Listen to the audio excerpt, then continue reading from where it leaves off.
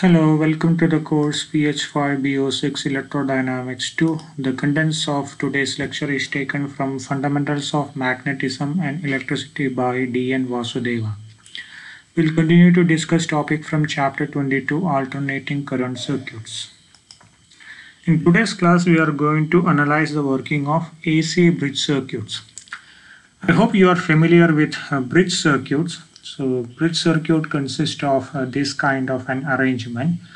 So this is known as a bridge arrangement. So typically you have resistors, inductors and capacitors arranged in this fashion.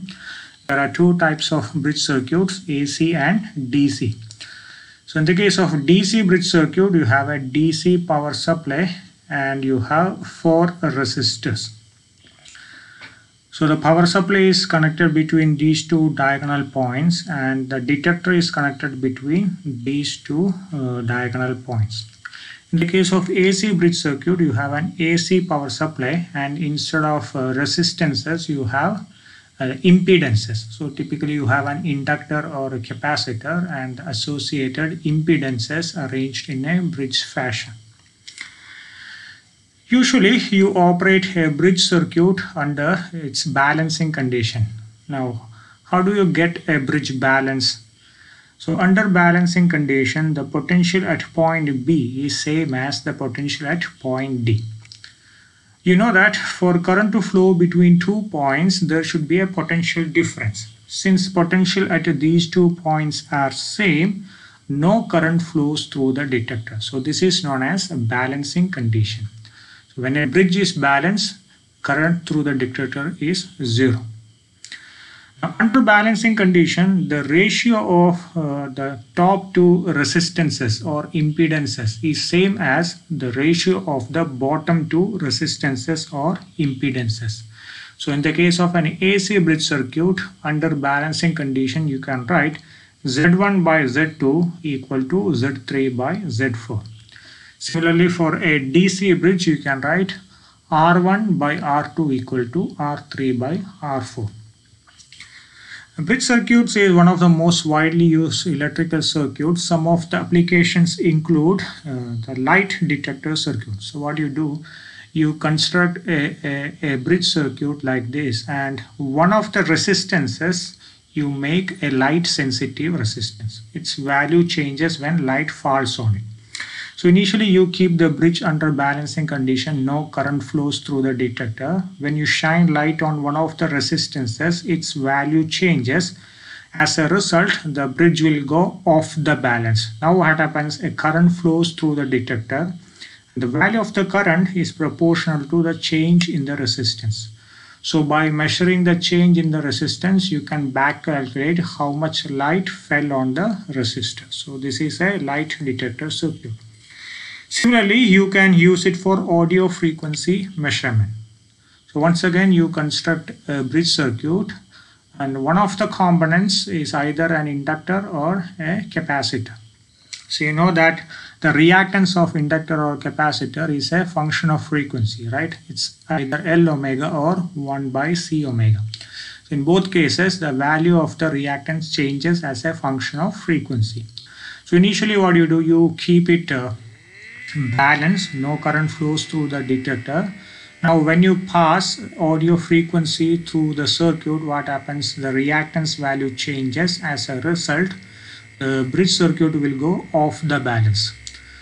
So current flows through the detector. By measuring the current, you can calculate what is the change in the reactance, and from that you can in turn calculate what is the value of the audio frequency which passed through the inductor or capacitor.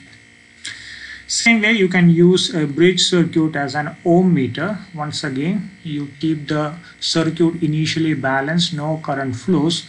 Now when you add an external resistance, the circuit will go off the balance, current flows, and the amount of current is proportional to the amount of external resistance you have added. The last application, probably you all are very familiar with it. This is a bridge circuit using 4 diodes, which can be used as a rectifier. And maybe You already learned that this kind of a bridge rectifier is much more efficient compared to a conventional full wave rectifier, which consists of only 2 diodes. Now what we are going to do is we will pick 2 specific AC bridge circuits and try to analyze them completely. So we are going to choose Anderson bridge and Rayleigh bridge. Both these bridges are mainly used to measure the value of inductance of a given coil. First, let's talk about Anderson bridge. This is the typical construction of an Anderson bridge. So the bridge consists of 3 fixed resistances P, Q and R. Then you have 2 variable resistances small r and S. Then you have a capacitor whose value we know. Then there is an unknown inductance here. So the value of L is what we need to calculate. So as always, first you need to balance the bridge circuits. For that, what you do is you vary the value of either R or S, and by tuning the value of this resistance you can bring it to the balancing conditions. So when the bridge is balanced, no current flows through the detector. So this is our starting point. Now there are several methods using which you can analyze a bridge circuit. One of the most popular one is what is known as the Kirchhoff voltage law. Some people pronounce it as Kirchhoff and some people also pronounce it as Kirchhoff. It doesn't matter. So basically Kirchhoff voltage law says that the algebraic sum of the product of current and resistance in each of the components in any closed path plus the algebraic sum of EMFs is always 0. So if you have an electrical network as shown in the figure consisting of a number of electrical components, so what you do is you calculate the product of current and resistance across each of the components.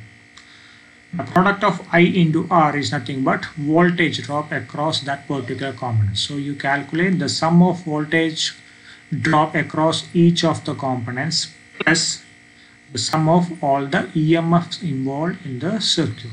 So the total sum should always be 0. So we are going to analyze the working of Anderson bridge using Kirchhoff voltage law. I hope you remember the most fundamental thumb rule for equation solving.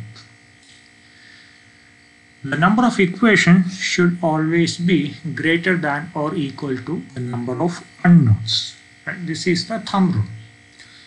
So if the number of equations is more than the number of unknowns, then it's very good.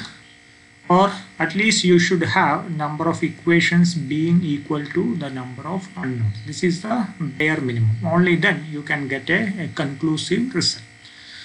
So what we will do is we will pick one closed path from this network, apply Kirchhoff voltage law and see whether the number of equations is greater than or equal to number of unknowns. If yes, then you can stop there, you can solve it at that point, you can get the complete solution. If not, you go to the next closed loop, apply Kirchhoff voltage law. Now you have 2 equations. Now see whether this is greater than or equal to number of unknowns. If yes, once again you can stop at that point or you move to the next closed loop. So you keep repeating it until you reach the bare minimum condition, that is number of equations being equal to number of unknowns. Okay. So this is a sequential procedure. The equations may get a bit cumbersome at the later stage, but if you look at the methodology, this is very simple, straightforward and logical. So I encourage you to focus on the methodology, not exactly at the form of the equations. Okay. So you can start with any closed loop here. You have a number of closed loops in this particular circuit. So let me start with the outermost closed loop, which is A, B, C, D, A. So I'm going to apply Kirchhoff voltage law to the closed loop A, B, C, D, A. So let's first identify the currents here. I have current I coming from the voltage source. At this point A, it splits into 3, I1, I2, I3. I1 passes through P, reaches a point B. I2 passes through the capacitor and the resistor and reaches the point B. So at point B I have two currents, I1 plus I2, which pass through Q. I3 passes through the resistance R, then through the resistance S, through the inductor and reaches this point. So already I have I1 plus I2 here. Now I3 also joins here. So from this point onwards I have I1 plus I2 plus I3. Since in any electrical circuit the total number of charge is conserved, the total incoming current I should be equal to the total outgoing current, which is I1 plus I2 plus I3. So let me choose, let me look into the closed loop A, B, C, D, A now. So in this loop, there are no external EMF involved. The EMF which I apply is outside of this loop. So I don't have to bother about summation over E now. I have to only look at the voltage drop I into R across each of the components. So first across P, what is a voltage drop? Current I1 flows through P, so voltage drop is I1P. Across Q, the total current is I1 plus I2, so the voltage drop is I1 plus I2 into Q.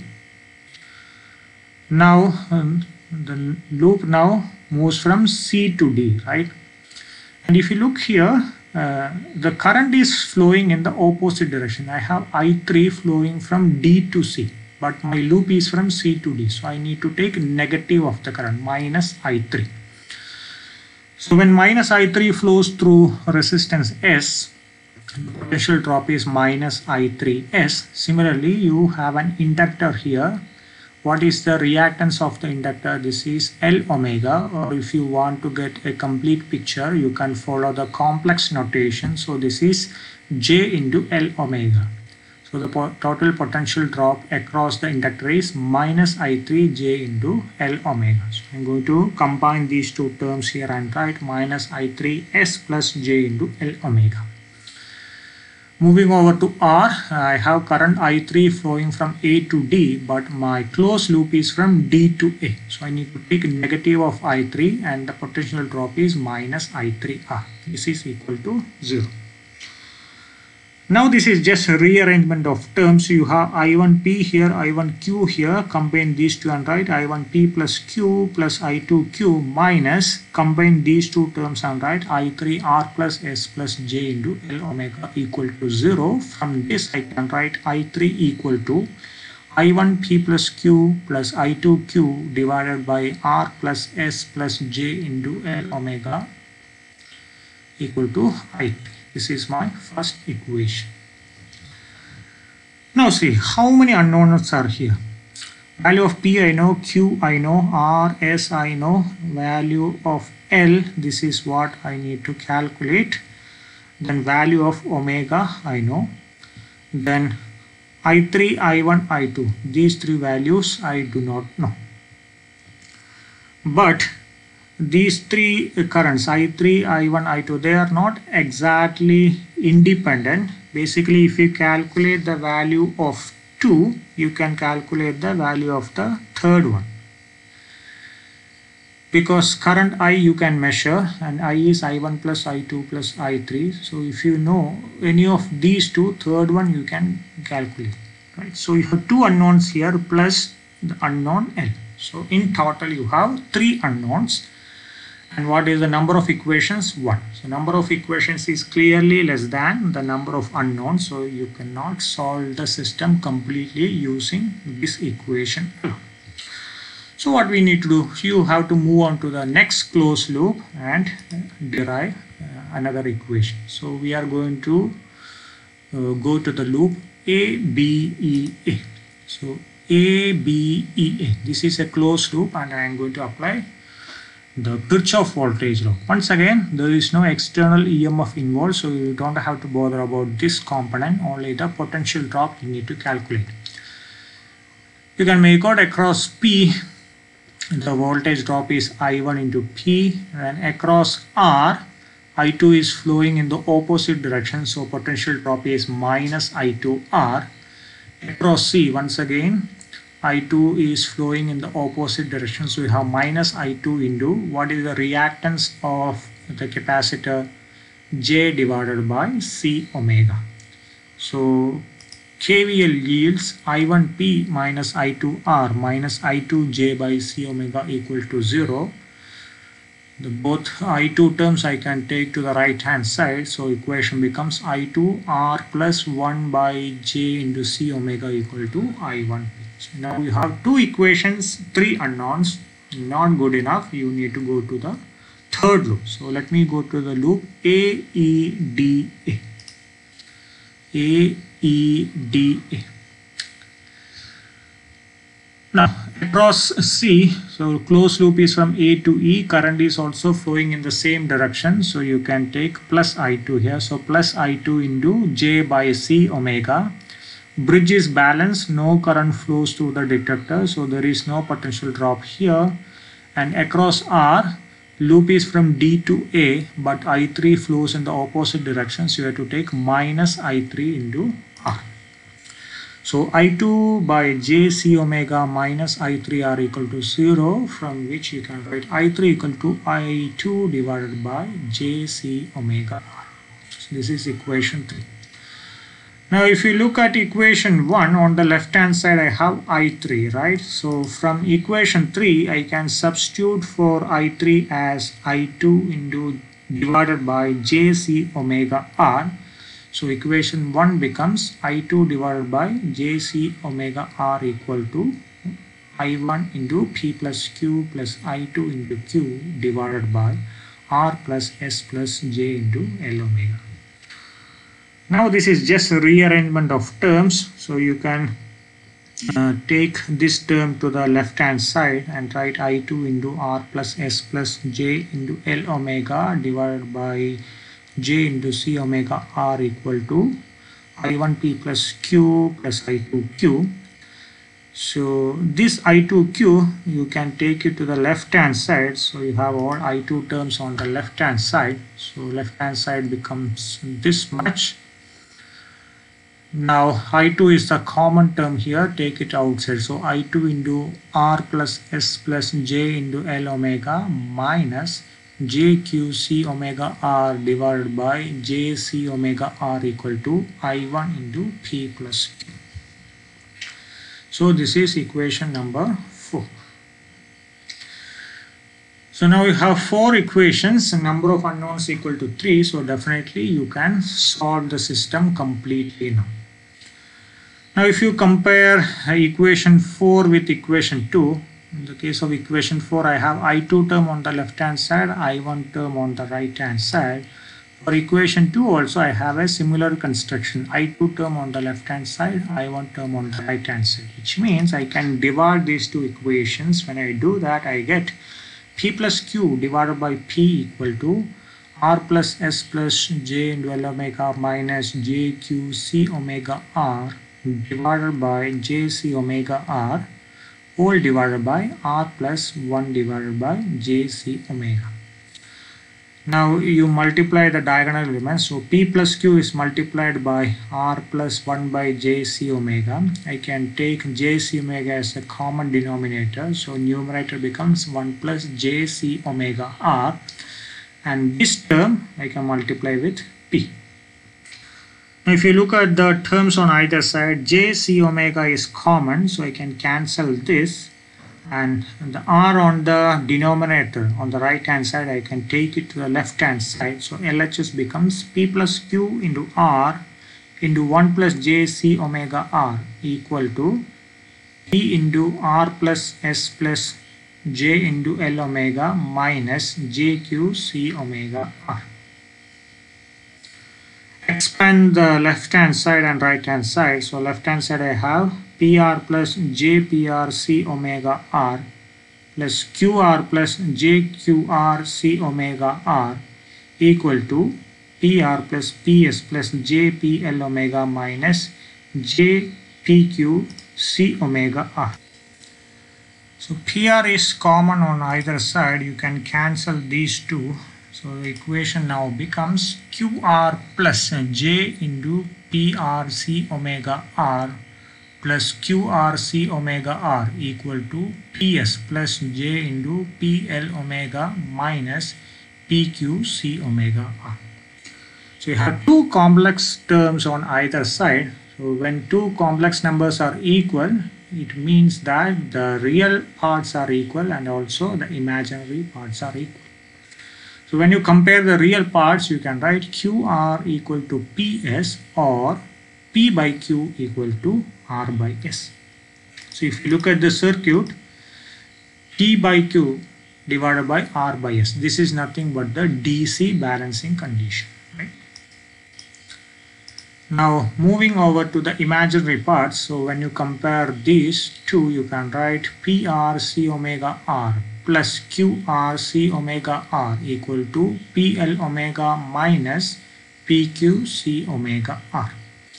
Omega is common on either side, cancel that, you get PRCR plus QRCR equal to PL minus PQCR, or PL equal to PQCR plus PRCR plus QRCR.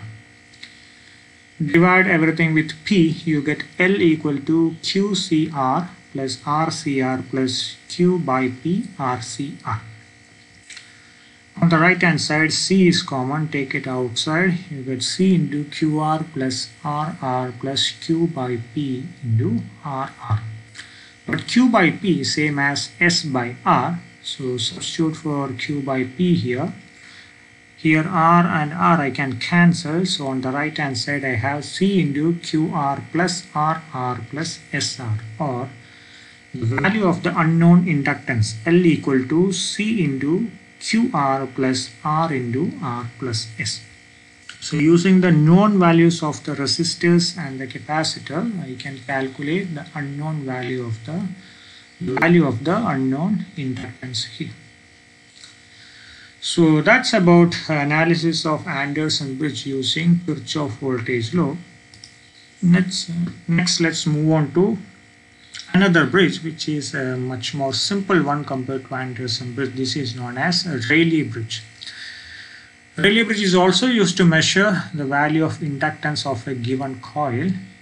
So here I have two identical resistors and a capacitor and an unknown inductor connected in a bridge manner. The detector used here is a simple headphone. So usually when the bridge is not balanced, current flows through the headphone, so you hear a sound. When the bridge is balanced, no current flows through it, so you either hear no sound, but in most of the practical cases, even when the bridge is balanced, a minute amount of current flows through the detector, so you may hear a small voice. So the capacitor here is a variable capacitor, so you keep tuning the value of the capacitance till you hear no sound or minimum sound. So as always, you are going to operate under the balancing condition. Now when the bridge is balanced, I know that the ratio of these two resistances or reactances is same as ratio of these two reactances. So I can write R by XL equal to XC divided by R. XL equal to L omega, XC equal to 1 by C omega. So I can write R by L omega equal to 1 by C omega divided by R. You can multiply the diagonal terms. So R square equal to L omega into 1 by C omega, which is L by C. From this I can write the value of the unknown inductance L equal to C into R square.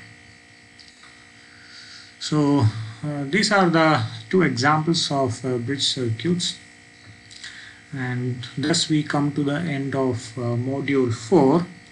In the next class we will start module 5, which is about network theorems, how to analyze complicated electrical networks using some fundamental theorems. So stay tuned for that. Thank you.